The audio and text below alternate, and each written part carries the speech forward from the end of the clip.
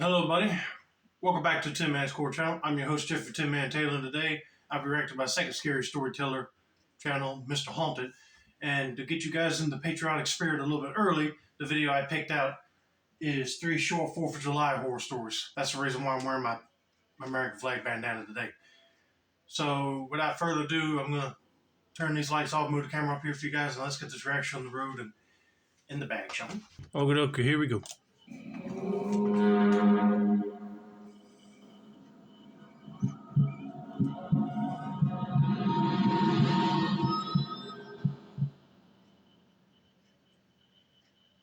This happened to me when I was 16 years old during the 4th of July.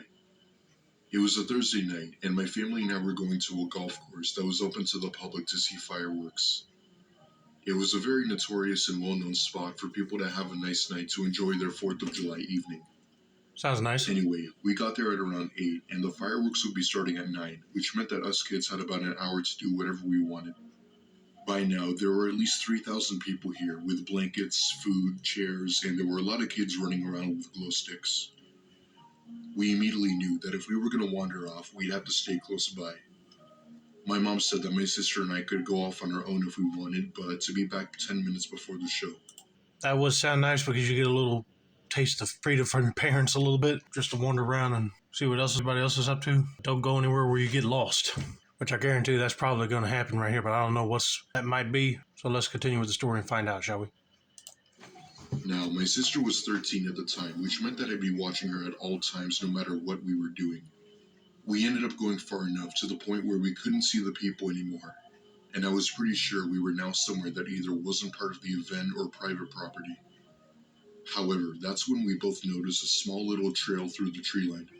Considering this was near a national park, we figured that it was a trail for people to walk through, and us being the curious teens we were, decided to go through it. We still had about another 30 minutes before we had to go back, and figured a nice walk through the trail would be nice. My sister and I were really close together. You might as well consider us as best friends. In other words, we got along really well. Anyway, we go into the trail with the flashlights on our phones, babbling on about random stuff. At this point, it's starting to get dark out with very little sunlight left, so I gave my sister the 10-minute warning. That's when she pointed at something slowly creeping along the thicket. It was hard to see, but I instantly identified it as a silhouette of a person. Whoever it was saw us immediately and stood up to act natural, as if he were caught doing something that nobody wanted to see. Yeah, that would be a little bit creepy to point out. At this moment, I would be grabbing on to the sister and telling her, let's get back to our mom before the fireworks start and get away from this dude, because you never know if he's a killer or a kidnapper. As I said, it was dark out by now, so I couldn't really make out any sort of features he had. He kind of just stood there looking around as if he were doing something mundane, like taking out the trash or walking through the park. He then dropped something heavy onto the ground, creating a thud, and then walked away back into the trees. Whatever it was smelled like death or perhaps rotting flesh. From my perspective, it looked like he had thrown something that looked like a box, but at that point I wasn't so sure. I told my sister that it was time to go, and we then proceeded to turn around to make an exit out of the trail. We got back to my parents just in time for the show, not saying a word to them until after the fireworks. The next day, I explained to my parents what I had seen, and my dad then called the police and reported the time and location as to when I saw it. I could tell my parents had suspicions about me, whether I was fibbing or not, as I do tend to joke around sometimes, but I would never joke around with anything like this. A week later, the police informed us with some news I wasn't expecting. Turns out, the thing the man had thrown on the ground happened to be a briefcase. A few years later, the conversation was brought up by my sister, and my mother told us something about the incident that we didn't know. Police had told her that the man we encountered was a boyfriend. He had speculation that his girlfriend had been cheating on him and murdered her in her house while she had been asleep. He had gotten rid of most of the evidence, but he put her remains in a briefcase and planned on burying it somewhere where he was sure nobody would find it.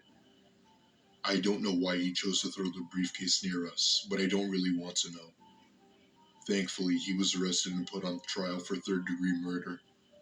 I was also told that he would be sentenced to life in prison without parole, and I couldn't be more happy to hear that. There are truly some messed up people in this world. I'll say that's messed up. Cannot believe a guy would kill his girlfriend, but then put her remains in a suitcase and then just pick that spot where those kids were at to hide it. But thankfully they got the cops involved and found out what he was doing in that area and arrested him, and the judge gave him life without parole. But that's just disturbing to hear that two kids witnessed him there to begin with. I know he turned that whole day into a solemn occasion when it's supposed to be a big celebration for the 4th. But they don't have to worry about this dude no more, so let's get to story number 2. In the early summer of 2015, I had just recently gotten my first ever real girlfriend. What I mean by real girlfriend is that she wasn't the type of girl who was known to play games or BS about relationships. She was an honest kind of girl, someone who I could trust. I won't give out her real name for privacy reasons, but we'll call her Amy. At least you found one to hang out with that's honest. Because like you said, sometimes you meet people over the internet, they don't turn out nice like you think they are, and they won't let you down. We both planned on celebrating the 4th of July together on my back porch, as she didn't seem too fond of going to places with a lot of people to see fireworks. We chose my porch as there was a country club not too far away that was doing fireworks, which made the perfect view for us to watch. My parents weren't home at the time and wouldn't be back for a couple days, which gave Amy and I the opportunity to binge drink with a few beers. Fast forward to around 9, the fireworks from the country club started to go off, creating a loud boom with colors that illuminated the sky. The fireworks went on for about a good 20 minutes before ending the show. Clapping and cheering can be heard from the country club nearby, and my girlfriend and I decided to call it a night. Once I got up, I for some reason looked up for the second floor of my house and noticed there was a light turned on in one of the bathrooms. I also noticed a black figure at the window, and that's when my blood ran cold.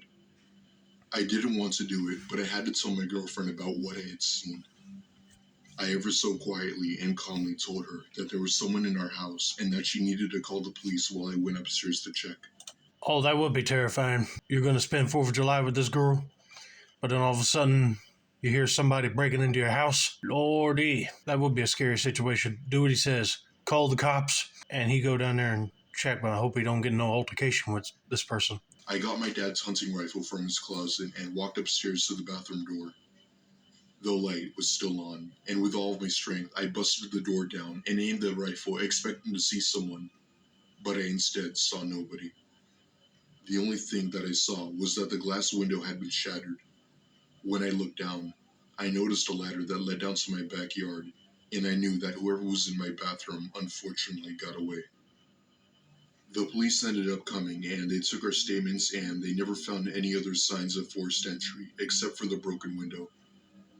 Some of my mom's jewelry had been stolen, along with my Xbox.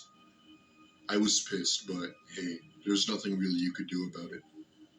Needless to say, the police did a quick sweep through our neighborhood in search of whoever broke in, but as far as I know, nothing ever became of it. Dadgummit. I was hoping that it would end where they found the guy pawning or selling the Xbox and jewelry over at a pawn shop, because that's usually what happens when thieves take something valuable like that out of a house. They try to get rid of it quick just for the cash. I know he's going to be sorry when he don't come forward and apologize, because he'll be burning for all eternity for what he did.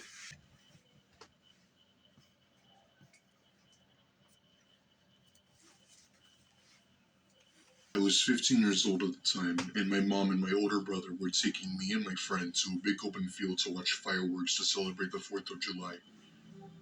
When we got there, I'd say there were around 1,000 people. Kids running around, music playing, food trucks, you name it, they had it all. We set up a blanket to lie down on, and my brother set up his chair designed with a really cool American flag representing Independence Day. My friend and I walked over to one of the food trucks to grab a bite to eat when I noticed a man from behind one of the trucks staring at us. To give a bit of a description, he was about 6 foot, had long greasy hair, and his clothes seemed filthy. He stared at us in a way that I could only describe as unsettling. It was more of a shocked look rather than a creepy look. There were a lot of people here, so it wasn't a surprise to me that there were a few creeps wandering around. Yeah, I agree with what you just said. A lot of people showing up for one of them fireworks shows. You're definitely going to see some creep people showing up, but then having them stare back at you will really give me goosebumps. Be like, what in the world is that person's problem? We got back to our spot, and the fireworks were getting ready to start.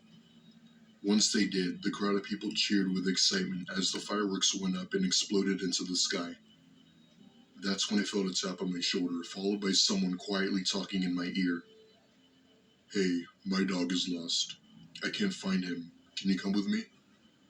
I turned around to see the same man from earlier, and thankfully my brother looked at him and the man then took off. I never saw him the rest of the night, and I still sometimes wonder as to what his intentions were.